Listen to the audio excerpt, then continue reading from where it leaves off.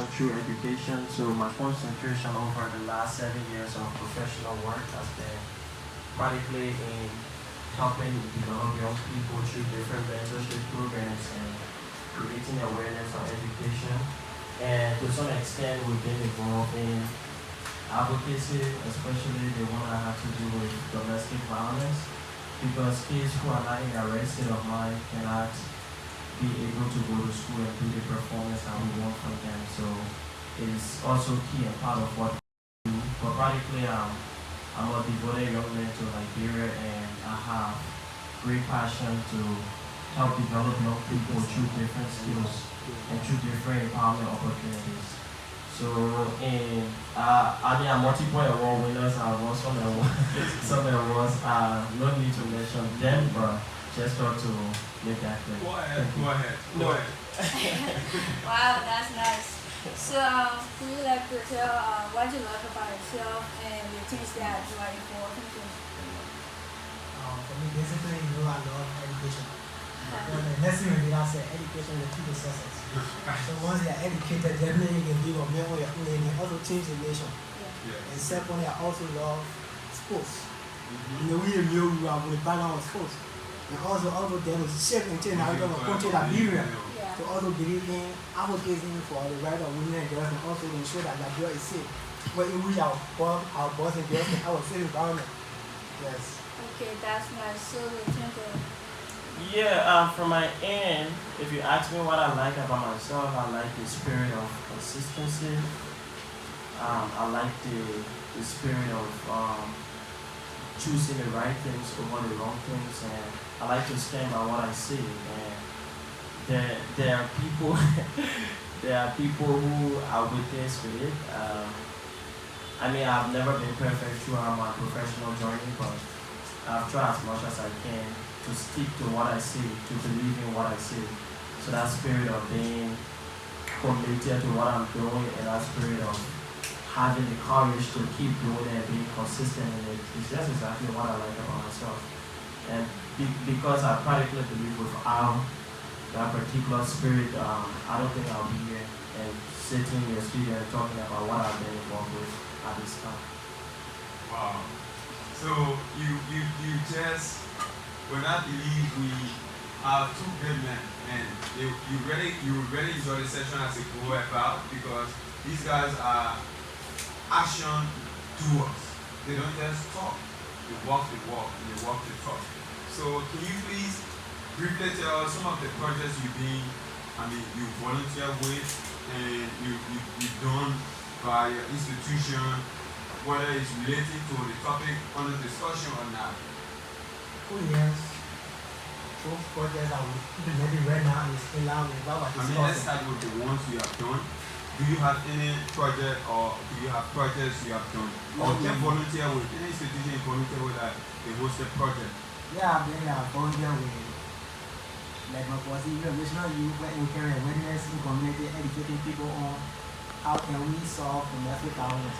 Because we're looking at our country now, and you see a small child in the street up to 19, and also you're seeing people like girls with like people are they don't know how to do things, and then be like beating all physical abuse. So when the community engage people, and also now we are on a project called We Say Change.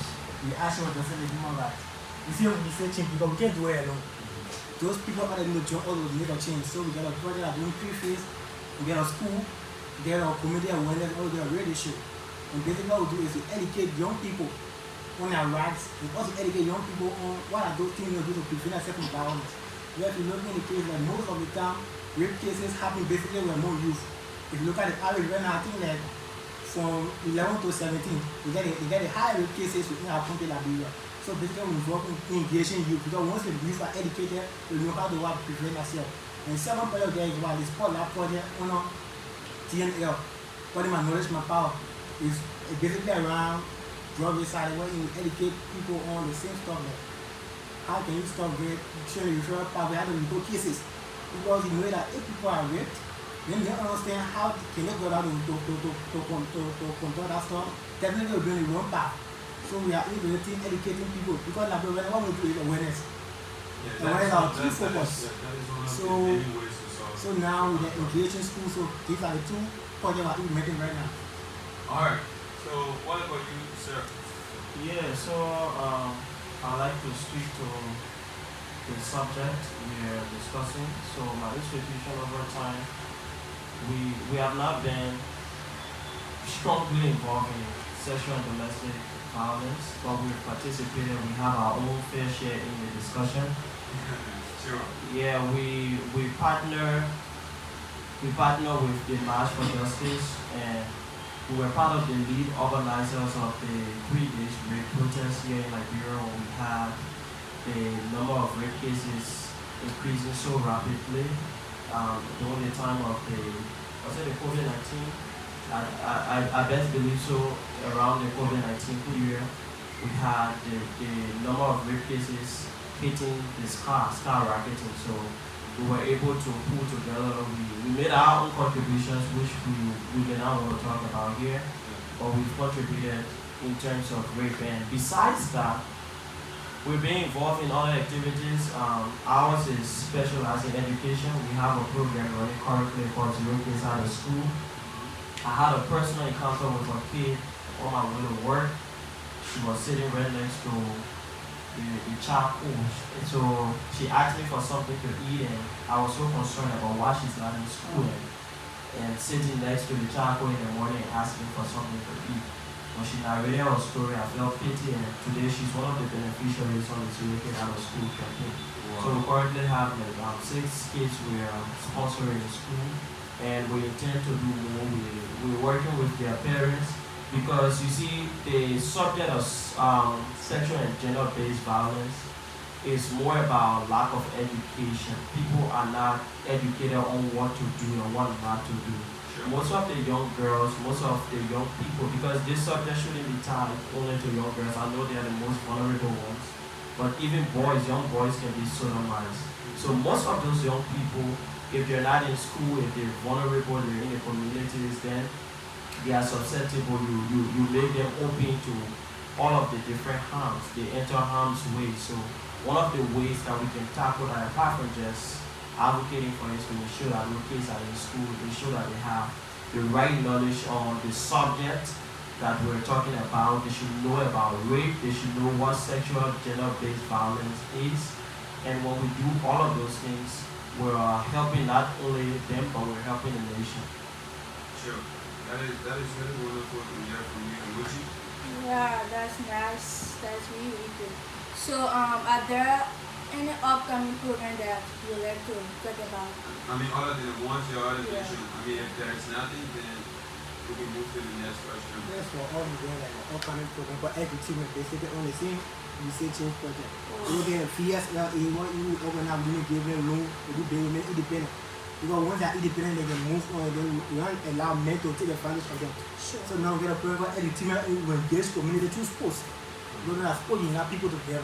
So when we get into sport, then we educate them on what rape is, how can we prevent rape in the community, and what can they do as a community dweller to help us fight and combat rape in our community. So like, let's start engaging all road to have a sport with girls in all road.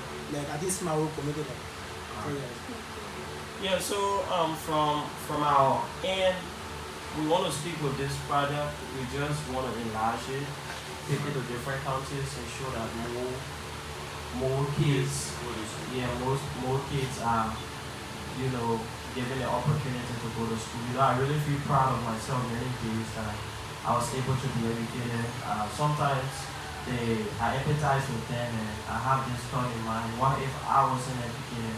Why my parents really never had the funding to send me to school, and I never had any opportunity? I wouldn't be where I am. So a lot of those kids, they have similar potential, even more than what we have, but they don't have the access to education. So it is a challenge. There's a long-term goal of establishing an educational foundation for them and provide different training opportunities, especially for kids that are beginners, that they can be able to have at least some level of formal education before going in the different fields of specialty. But that will be discussed another time. And we have a green light to work with the National Elections Commission to do civic education. So the next course of 3, 4, 5 months up to the elections, our concentration might be on educating young people to stay out of the electoral violence. So I just want to mention that. Thank you so much.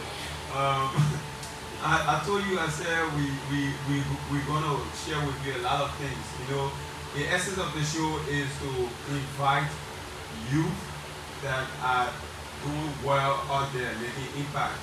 And then let us share with you the things they are doing so they can be recognized for good. Most people, when they want to talk about youth when we are being criticized, and we want to reverse that case. So you are listening to the Youth Talk, and I'm here. This is the host, Vamba Abraham Sirleaf. I'm accompanied by Better D.V, my co-host, and I'm here with Gaius Hassan Cooper, who is the Community Engagement Director at Actions for Justice and Human Rights. Also, I'm here with Amuchien D, Neeply, who is the Executive Director for Reformational Youth of Liberia. You are listening to the discussion where we are trying to wrap our heads around rape, the fight against rape and gender-based violence. So, what inspired you to get involved with this field of work? Like, looking at it includes advocacy, it includes activism, it includes, project execution. I know from the startup it was very hard. So, what inspired you to join this kind of field of work? Yes, actually, I had this on my when I was like 11th grade. Oh, so I started it's a long-term thing. So I started to engage my colleague. When we first started married, we talked on organizing or organization. But I found people, most of the youth were into the social aspect, like the dancing, the singing. So I thought it was difficult. So we were saying the work. We came out with the team, let's help Liberia. I was the friend name. Most of the youth were like into the dancing aspect. So like our data would take like maybe 2 to 4 people less. Carrying the community, people found that people living abroad, they can't have a dollar a day to eat. Yes, it's proven. She was like, and you bring a community, seeing a little boy, maybe he ain't went for him, in the job, the kind of goes by, he's not going to sell, and bring a boy for the home. So as a young man coming who have knowledge on ideas, and they go to school, many, I said, no, they can't have it around me. So let's have to continue these things. So I shared my colleague, Eric. He said, that's a good idea. We started to work on it, we started going to the community, talking to him, and man, what's the problem? Why he was talking about some experience? Oh, chief, my 87 pounds, but now going to school, I know. So we started to see how best we can like running scholarship. And also we started engaging some stakeholders and then having like a community-based organization. We see how best we can get more youth involved into the positive aspect of the society. So after that, we moved to the high level. So it was just based on this situation at the time you were inspired to get in the kind of field of work. Yeah, sure. Because like for me, I believe in impact making. I agree. Yes. 100%. Sure. Like Oh, sorry. You can continue if you want. Yeah, so when I said before the history on the mini campus, then we try to make impact. So basically, we are academic veterans on the campus. So now I'm also getting a classes whenever you are helping people to more than mass some issues that they need to know. Yeah. So like I also teach accounting and other stuff on the campus. So you can be living, don't make impact. We all have to achieve our purpose in life. So once you do that, go get paid for it. So we have to work around. I'm going to put down my boss today. I'm sitting with call me and work with him because I believe what you have down in our once you have a positive mindset, I believe I'm going to make a change. And you will have the country Sure. So I've been around helping youth in Liberia. Alright, that is very nice. So Amuchien, what inspired? You just share with us or throw green light on what inspired you to come up with the project for Zero Kids Out of School. Am I saying it right? Yeah, sure. Alright. So for that alone is very big. Even that there are a lot of people who may see that to be a common thing, but a young man just looking at the situation and saying there is a need we do something about it. It's not common. It is very uncommon. It is rare to find. But I'm talking about this start up where you were probably thinking about doing something, but not really having complete understanding on how you're going to do it, when you're going to do it, who you need to do it, where that inspiration came from to be involved with the kind of work that you do today. Well, the project I mentioned is just one of the many projects that we've undertaken. We've done over the last 7 years, we've done over 60 plus. I can't remember some of the projects we've done, to be honest. True. because it's been long. Some of the projects we did 2015, some of them 2016. I can't remember all of them. But I got inspired to get involved because we had a situation where we entered a civil crisis. There was a complete breakdown. Up to today, we still see a complete breakdown of the rule of law, lack of opportunities, young people languishing with so much potential and exuberance, yet no opportunities for them. And you find yourself in this space, and I've always had this belief that I was born in Liberia not by coincidence or by some mistake. I think it was divine that I should be born in Liberia because there's a need that I help Liberia. So after the civil crisis, but then we were much smaller, but while growing up, these challenges, they were still in existence. Up to today, we still see them. So I just got inspired one day, spoke with my colleagues. Like, all of us were in the community. The startup is always difficult. And we're in the community and things are not going the way they should. Instead of young people falling in love with pen and their books, they're falling in love with drugs. Instead of young people having conversation on business and employment, they are instead having conversation on entertainment and ghettos. So, there's a need for a shift in narrative. Yes. That was the breakthrough moment. All right. Yeah, so after we had that conversation, after that dream was birthed, we established our NGO and we began operation, and till today we're still moving. And that is just what we've been involved with for the last 7 years. So we established it because we were inspired to do so. We did not establish the group because we were competing with people. That's the reason why up to today we still do what we do regardless. Because we feel that this is something that we should be doing. If we don't do it, obviously no other person is going to fill that gap. To do it the way we would want to do it. Yeah. So that was the entire point of inspiration. That was what motivated me, and we started our institution. We've gone 7 years now into it, and we're still moving.